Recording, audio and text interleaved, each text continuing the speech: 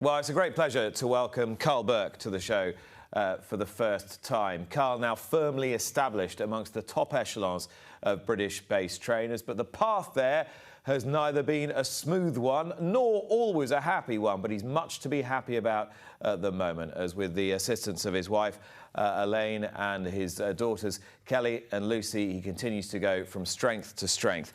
Karl, good morning. Good morning, Nick. What a life so far, and by no means are we even through to the autumn of the career. How are you feeling as we sit here in 2025? All's good. It's been a good journey. Bit of a roller coaster and more roller than coaster, I suppose. It's been an incredibly interesting journey. I don't know much about where it very first began for you. I started off as with a trainer called Hugh O'Neill, who used to train down in Dorking, actually, down south of London. So you're how old at this point? 16. 16. I actually used to ride out, his son Chris used to train up near Rugby, where I was born and raised. And my dad was a publican, and big Irish pub. Saturday, a lot of betting and football racing going on, and the ITV7 and all that, and got interested that way. And then ponies when I was 9 or 10. And started riding out for Chris when I was about 13, 14. And Chris's dad then trained down. Hugh was, at the time, was a big trainer with 30, 40 horses. And I did all my O-levels at school and was supposed to go back and do A-levels. But so you did quite well in your O-levels? Yeah, I think I passed all of them, actually. But whatever it was. Supposed to go back and do 2 or 3 A-levels, and then went down. Chris said go down to his father's, and I turned up there. I always remember it was July the 4th. The O-levels had just finished, and I can remember waking up in a caravan down there at real sunny morning, July the 4th, and that was my first day full-time racing, supposedly to go back to school, but I just didn't go home. And what did your parents think? I think they were a little bit surprised at first, from what I can remember, but they're always very supportive of me. Tell me a little bit about your mum. My mum, she was a nurse as a young woman, and when I was born, she was a nurse. And then my dad, my brother was born in Ireland, and then the rest of my 2 sisters, Mary and Margaret, they and myself were born in England. And my dad came over from Ireland and with my mum, and he was a manager in a co-op, I think, to start, and then went into pub management. What was it like growing up in a pub? It was good. It was good fun. It was good fun. Interesting. A lot of activity, obviously, going on, and you know, you used to get roped into doing all the jobs, bottling up and cleaning up and all that type of thing. But it was a tough life. Like, you know, I think, you know, my dad worked hard at it. He loved it. He actually loved it. I don't think my mum was in love with being a publican's wife, but she put up with it for a long time. Didn't have a lot of choice, though, by the sounds of it. She didn't, I suppose. No, she didn't. But no, it was a good life. And I'm just thinking, you grew up in a world where it's total immersion. You can't escape it, and that's the way it's pretty much stayed, hasn't it? I hadn't thought of that, but yeah, that's very much. Life is work, and work is life. Exactly. Training horses, anything to do with horses, is 24/7. And have you always been happy like that? Yeah, but it has its moments where you hit a brick wall every now and then. Especially, I think, the way training is now, it's so intense, and when you're having a good run, it carries you along. When you hit a little bit of a sticky wicket, then the weeks and days can drag out, and I fully admit I could hit a brick wall probably 2 or 3 times a year, and I'm just best left alone at that stage and just go away, go and rest and recuperate, and then come back with a bit of energy. So take me back to how a 16-year-old riding out in Dorking becomes a jump jockey. Yeah, I went down to Hughes, and I could ride. You know, I was, even though I was only 16, I could ride a little bit, and got on well down there. Hugh O'Neill said he'd take my apprentice licence out, which he did, but at the time he was full of conditional jockeys and a couple of apprentices on the flat as well. And it got to the end of that season, which would have been 79, And was it 70? Yeah, 79.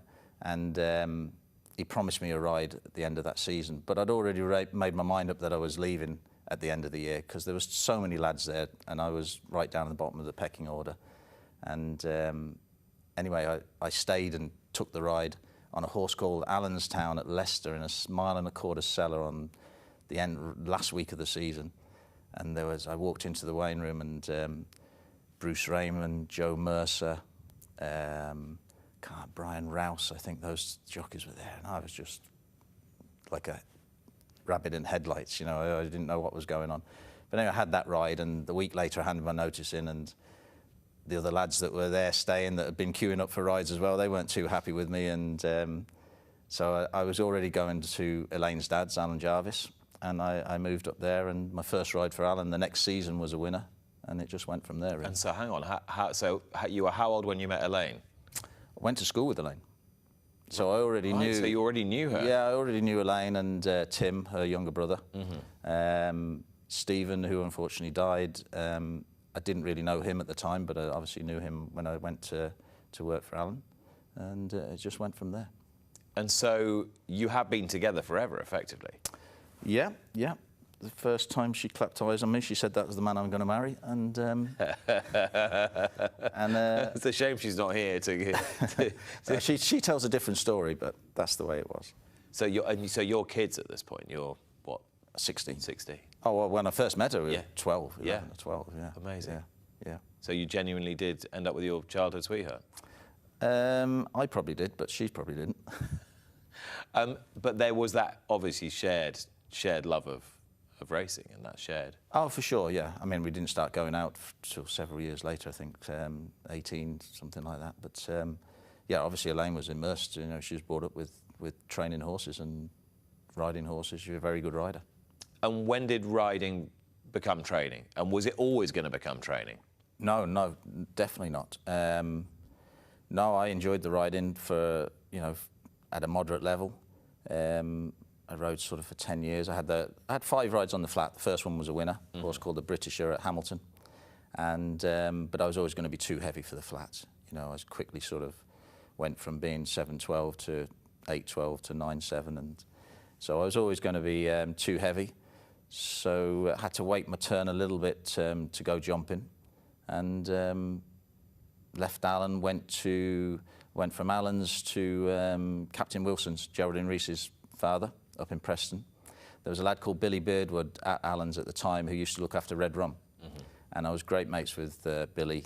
He suggested going up there, and had a few rides then for the captain, and broke my collarbone on a horse that I was trying to win on. That was probably just at that time there was novice races, and if you ended up winning at the end of April, there was no summer jumping. You weren't a novice the next season, and this was up at Perth in May, and I was supposed to be just giving it a little school round for the following season. Tried to win on the horse and turned it upside down at the second last, and broke my collarbone, smashed myself up, upset Captain Wilson, and he wasn't too amused. So that was the end of that one.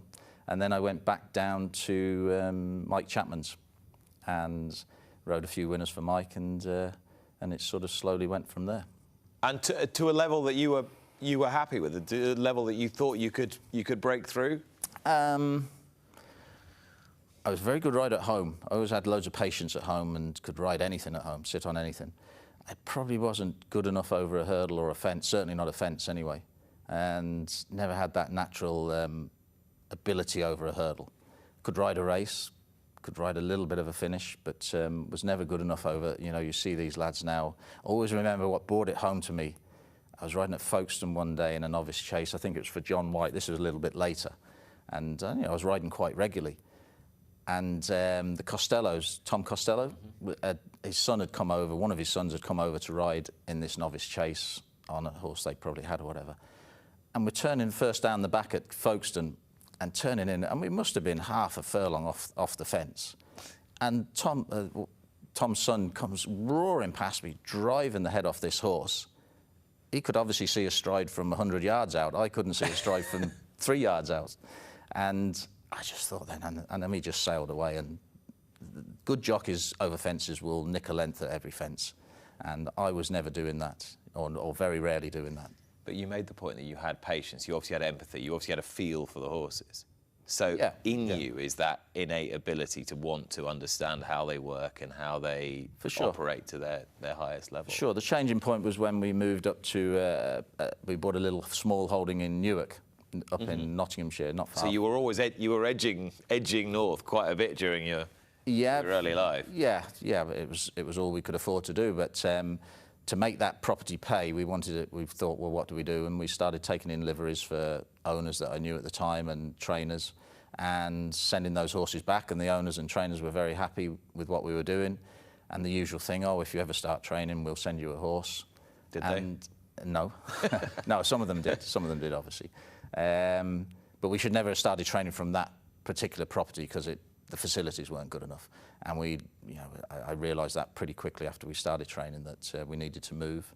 We went from there to a farm that Michael Barrow owned, who'd sold out. He was a manager with his brother of Duran Duran, the pop group, and he had a lovely property at Broadway near Cheltenham. So they had a trainer in there, and he was leaving, so we went down there and we rented that for a few years, and it sort of started to snowball from there, really. And presumably, at this point, you're kind of starting a young family as well, when these... Yeah. Kelly was born at Newark, or in Nottingham Hospital. Lucy was born there as well, I think. So really, these early years, you're not nomadic, but you're moving around. You're trying to get a stronghold or a foothold. You're building up a yard. You're training, bit of dual purpose. Do you look back on it now fondly? Was it terrifying, exciting, swashbuckling? What was that period of your life like? That kind of buccaneering period? You never had time to think about it, really. I mean, it was. We did well to survive, simple as that. I mean, financially, we should never have started training when we did, because we didn't have a pot to pee in, as they say, and it was hand-to-mouth stuff. We're probably on first-name terms with some of the bailiffs around Nottingham and later on as well. I mean, it was tough. What kept you going? What kept you wanting to do it? I'm not sure what else I would have done at the time. I always felt that we could do the job. From doing the liveries and producing horses, I found I enjoyed horses coming to us not looking great and then feeding them, and we experimented with a lot of feed at the time and what worked, what didn't work. And I enjoyed that side of it, the horses going home looking really well or going back to the trainers looking really well. And I think that's followed on with us now, that our horses, I don't think I'm talking out of turn, but our horses generally look very, very well. And I mean, in those days and through those early years, were you needing to have a bet to make ends meet? Oh, for sure, yeah. That was a big part of it, and I think that was a big part of the whole culture of training and riding at that time. More than it is now. Certainly, I don't mean for you. I just mean for just generally. Generally, yeah, I think it is. I think we've been drilled into. It's an entertainment business, and slightly away from the betting business. I mean, even you have to look at the channels that are on now. I know betting is still a very important part of it, but you haven't got the McCruricks around that are driving betting and et cetera, et cetera. Do you think that's a shame? To a degree, but it's definitely changed. The whole parameters, I think, have changed. The racing it's a different beast now. But the intrigue and some would say glamour of a big bet is quite a very compelling story. I mean, always like winning the Ayr Gold Cup. You're smiling as even I'm saying it. How pivotal a moment was that, both in terms of prestige and also making you a bit more comfortable? I would say more than that. Before that, Daring Destiny. Of course, yeah. Daring Destiny won the Ayr Gold Cup in '94, which was only our second season training.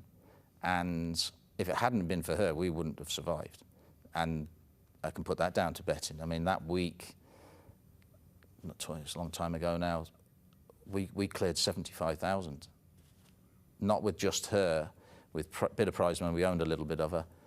She was backed from 33s down to she was nearly favourite on the morning of the race, and then she got drawn 28 of 28, which looked a disaster, yet she still managed to win. And then we had another horse running the following Saturday, which unfortunately was the day my dad died. And he went and won as well, and that was a huge gamble as well. So in that week, we cleared 75,000. And if it hadn't have done that, we were dead and buried. You mentioned your dad there. It sounded as though he lived just long enough to see a tiny bit of your success. Yeah, that was great. What do you think he would think of what you're achieving now? Oh, I hope he would have enjoyed it, that's for sure. You know, he loved his racing, loved going racing. My first experience I can remember going racing to Leicester, and you used to always go to Leicester, Warwick, it was the local tracks, and just the smoke, you know, you used to get that smell of people smoking, which you don't get now. And just the whole ambience of it all really sticks in my mind. It's very evocative, isn't it? Yeah, it is. It's good. I remember one day at Leicester, and I was small. Obviously, I was only 15, I think, at the time, and I was always very small. And stood by looking at the jockeys coming out, and this little lad comes past me, like, you know, in jockey silks. Who's that? He's tiny. And it was Walter Swinburne. I think it was his first season riding, Walter Swinburne. And that was, you know, little things stick in your head, and that always stuck in my head. We've just been hearing about another great from that time, Pat Edery as well. Yeah, I'm sure yeah. Look on with absolute reverence. Yeah, Pat rode a few for me. Don't think he rode a winner, but yeah, he rode a few for me in the early days. So things really began to develop a little bit of momentum through the 90s and the early 2000s. At what point did you think, right, yeah, we're viable now, if ever you did? Not long ago. No, things were picking up all the way through the early 2000s, but it was still struggle and still hand to mouth. I would say, you know, the big turning point was when I came back from my year's ban, and eventually they gave Elaine the licence after a couple of years of trying. They wouldn't give me my licence back straight away. Because the ban, just for, I mean, I couldn't get my head around how long ago it was now, because I'm sort of got it fairly recently in my head, but it was 2010, wasn't it, when... 2009 that I got the ban, 2010, yeah. August 2009, and we just had our first Group 1 winner. And what was the official length of the ban? It was a year, wasn't it? So you got banned for passing information for award in the Miles Rogers case, wasn't it? There was a guy involved in platinum racing who was not a great influence on an awful lot of people around him in the sport. That, in all honesty, did you think that this is going to fell me? We were dead and buried. I mean, really, we obviously moved to Spigot Lodge in 2001. And as I say, it was pretty hand to mouth for moving up there. It was a huge move for us. But we were slowly getting going. We had the support of the Gittins family at the time, who sent us a lot of horses. Lord Shanakill. And Lord Shanakill was one of the first horses that, when we went to Keeneland in conjunction with Mick Donoghue and Eamon Riley from BBA Ireland, we bought Lord Shanakill, and he turned out a very good horse. Won the Group 1, the Prix Jean Prat, early August or whenever it was, and 2 weeks later I get a ban. So you know, that really pulled the rug from underneath us. And that case, that Rogers case, had been bubbling away since about 2004 or 5, yeah. hadn't it? So how much of a sword of Damocles was that, and how difficult did it make it to exist in that period? People who knew us, supported us, and understood what was happening. Obviously, there was a lot of people who didn't know us and believed everything they heard and everything they read. So, yeah, it made it difficult, but not impossible. You were quite repentant, though. Every article you'd ever read about it, now, hands up, I made a mistake. For sure. When you look back on it now, how do you reflect on it? I don't look back on it that often. No point looking back. How do I reflect on it? It was a mistake, but you know, obviously I wish it hadn't happened. But you learn from your mistakes. Do you think that approach then was what helped you drive out the other side and actually helped you get new people into the yard? After the ban? Yeah. Yeah. Having quite a kind of, you know, open approach to what had happened and not sort of, you know, trying to pretend it hadn't happened? Oh, no, I think, look, we all own our own mistakes as much as we own our successes. So, you know, you've got to face up to your mistakes, as simple as that. There's no point hiding and running away from them. We all make them, and the trick is to learn from them. But you then had a Derby runner-up when Elaine did take the licence and things started rolling. Yeah, well, that was fantastic. Obviously, that Libertarian, again, we were getting going again, and went to the sales. Lars Kelp, who's now come back into the yard as well, which is great.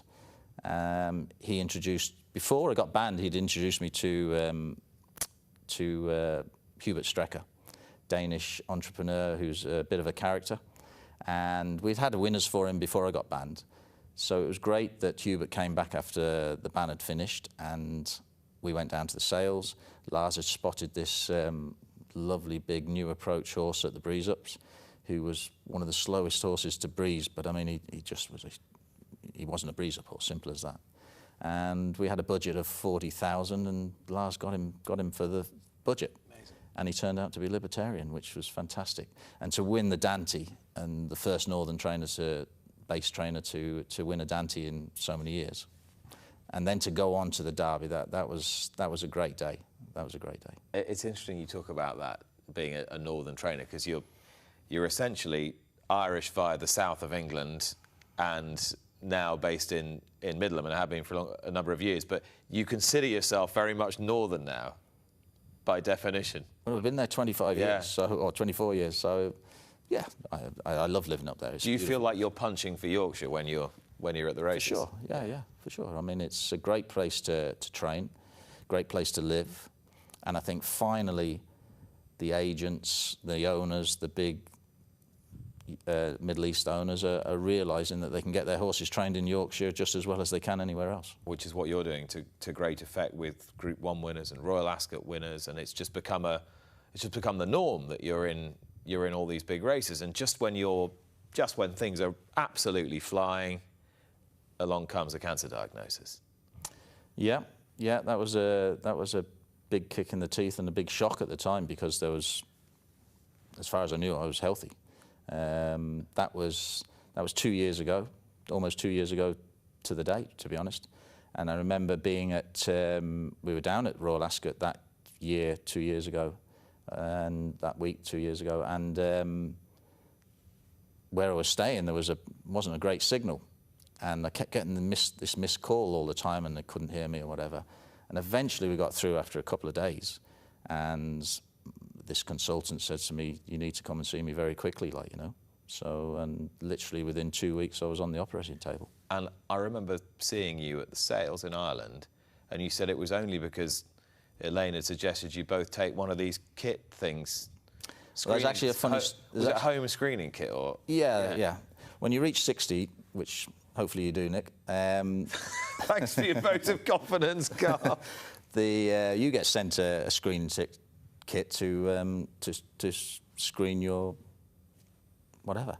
And there was a bit of an ongoing joke with a good friend of mine, Maurice Charge, who was a couple of years older than me, and he'd done this screening, and he'd been winding me up. He said, "Oh, soon you'll be doing the poop test," and I didn't have a clue what you had to do or anything. So he'd been winding me up for a long time, 6 months or so, so much so that on my 60th birthday in May, I get some rubber gloves and a fishing net through, which is Morris's sense of humour.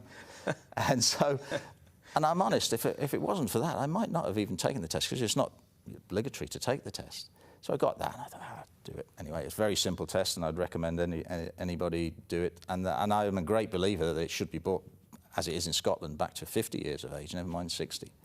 So anyway, I take the test and send it away. And Elaine is 10 days older than me, so she'd done the test 10 days before. And I get all the post comes to my desk in the morning. And I remember getting this NHS letter for Elaine. And it was quite thin, and passed it to Elaine. Of course, the test was negative, and she carries on. Well, 2 weeks later, I get this envelope come through, and it's pretty thick. And straight away, I thought, this is not good. And that was the start of the procedure, and then it went from there to obviously this consultant ringing me at Ascot saying, "Get in quick." How do you feel now? Feel great. Feel good. Yeah, all the tests so far have been good. And how did the whole operation thrive whilst you were going through that, and how did you manage to cope with sessions of chemotherapy and the operation? The operation was probably the easiest part. I mean, the operation was, I was very lucky. The consultant that I went to see, he was one of the pioneers of keyhole surgery for that particular operation, bowel operation. So he'd been doing that. He said, look, it'll take a long time. It was a 7-hour operation, but it's much less invasive. You know, there's tiny little scars that you get, and the recovery is much better.